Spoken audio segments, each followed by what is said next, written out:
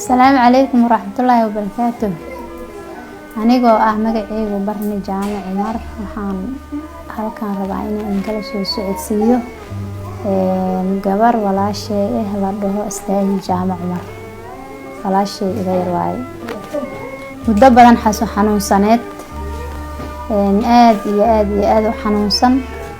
waxaan rabaa inaan halkaan kala soo socodsiiyo arrimaheeda oo aan ka maarmi weyne inaan walaalaheena aan u bandhigano, taasoo u gubatay dhibaatadeeda ay ka bilaabatay waqtigii hore dabkaas wuxuu ku yaalaa 10 bilood. 10kaas bilood isbitaal Muqdisho ku yaal oo noo dhiman waa yaryahay, waxna waa loo qaba waayay. muddada ka dambeeyay dhibaatadii way soo kordhaysaa.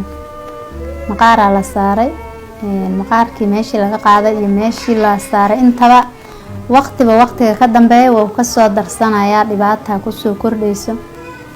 walaalaheena Soomaaliyeed waxaan rabaa inaan kala soo socodsiiyo meeshan insha Allah.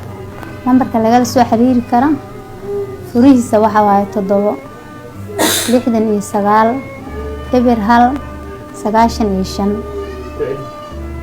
furuhu waa 7 69 eber 1 95. nambarkaas oo laga soo xiriiri karo. gabadhaas isbitaalada Muqdisho intii badan way soo martay, xaaladeeda wax waa ka qaba waayeen, way nooga soo dhamaatay. intii 3 asbuuc waxaan ku haynaa guriga ayadoo dhaawac xun oo ku yaalo jirkeeda meeshii cirbada looga duri jiray xanuun baabi'iyaha xataa ay duleeshato labadeeda garab ay baqeen sida xanuun baabi'iyo loogu durayay.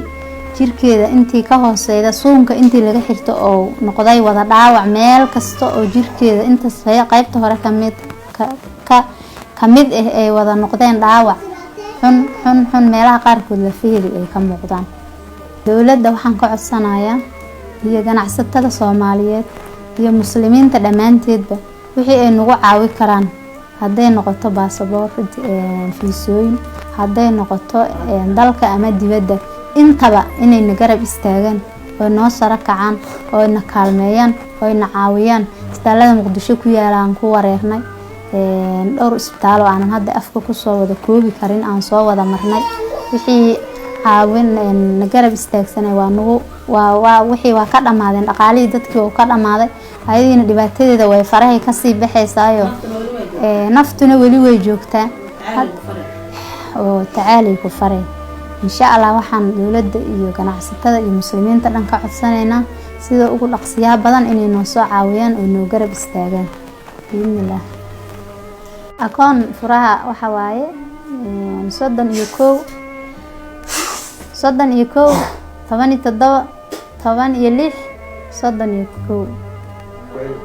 akoon lambarka waxa waaye 31 17 16 31.